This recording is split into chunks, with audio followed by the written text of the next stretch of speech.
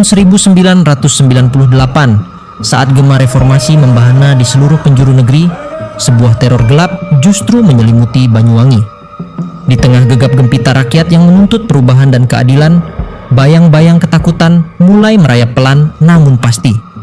Bukan lewat unjuk rasa atau perlawanan terbuka, melainkan melalui serangkaian pembunuhan keji yang diklaim sebagai aksi pembasmian terhadap para dukun santet. Tragedi dukun santet yang mengguncang Banyuwangi ini bukanlah peristiwa yang muncul secara tiba-tiba. Ia tidak lahir dari kehampaan, melainkan dari akumulasi persoalan yang rumit dan berlapis. Dimulai dari kuatnya kepercayaan masyarakat terhadap ilmu hitam, tekanan sosial dan ekonomi yang kian menghimpit pasca krisis moneter, hingga lemahnya peran negara dalam menjamin rasa aman dan keadilan bagi warganya.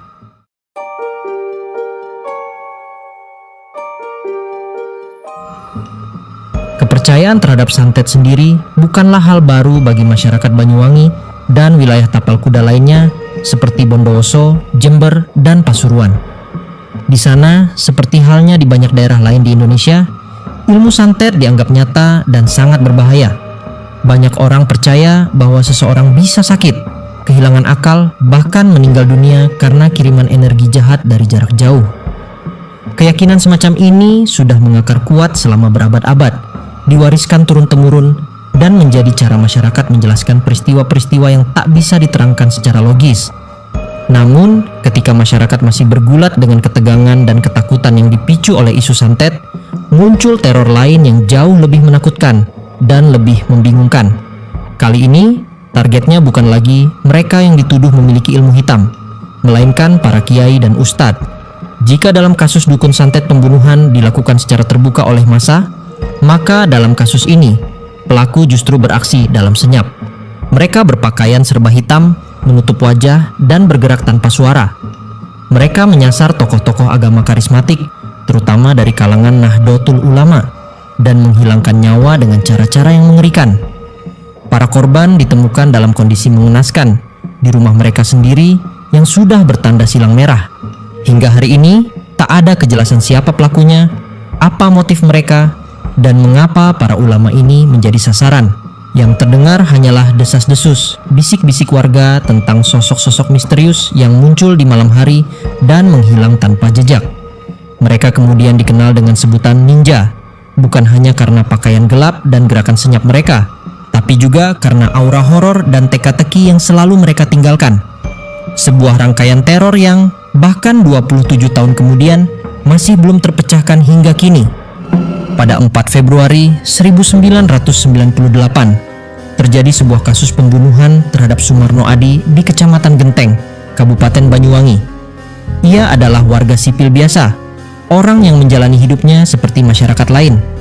Namun, entah karena desas-desus atau kecurigaan warga, ia dituduh sebagai dukun santet. Tanpa proses hukum, tanpa pembuktian yang sah, ia menjadi korban amarah sekelompok orang yang menyerangnya secara brutal hingga meninggal dunia.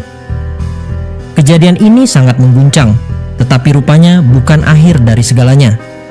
Hanya berselang 1 hari kemudian, pada tanggal 5 Februari, peristiwa serupa kembali terjadi.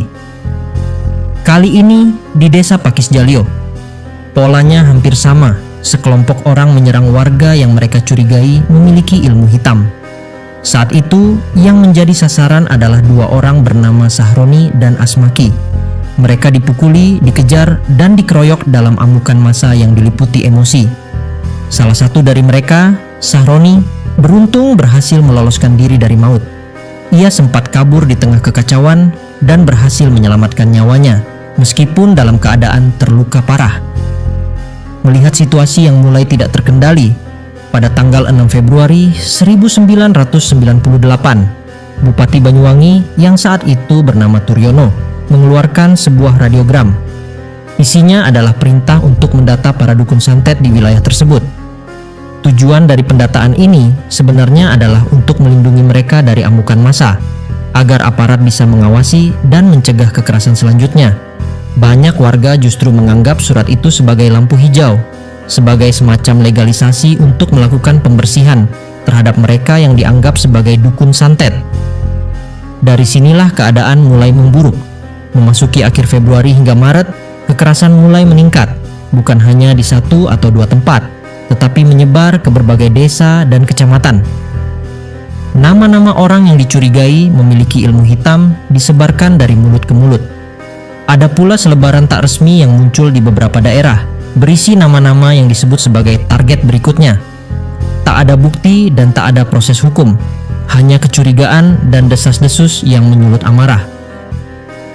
Situasi ini membuat banyak orang hidup dalam selimut ketakutan. Mereka yang namanya disebut-sebut di daftar itu mulai bersembunyi, pindah rumah, atau bahkan melarikan diri keluar desa demi menyelamatkan nyawanya. Setiap malam muncul ketegangan baru, dan begitu seterusnya. Di satu tempat bisa terjadi pembunuhan, keesokan harinya tempat lain mengalami hal serupa. Bulan Mei dan Juni tak jauh berbeda. Perasaan takut dan curiga masih menggantung di udara. Masyarakat seolah terbagi dua. Mereka yang takut menjadi korban tuduhan, dan mereka yang merasa sedang melakukan pembersihan demi keamanan bersama.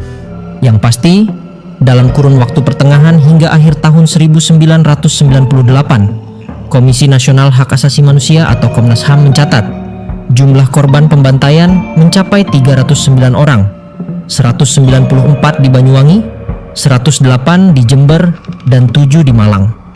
Ini adalah hasil penyelidikan tim Komnas HAM yang telah bekerja sejak tahun 2015. Tragedi ini menorehkan luka yang dalam di tubuh Nahdlatul Ulama. Bukan hanya karena kehilangan banyak tokoh penting, tapi juga karena rasa aman di pesantren-pesantren hancur seketika. Hubungan antara warga dengan aparat menjadi renggang.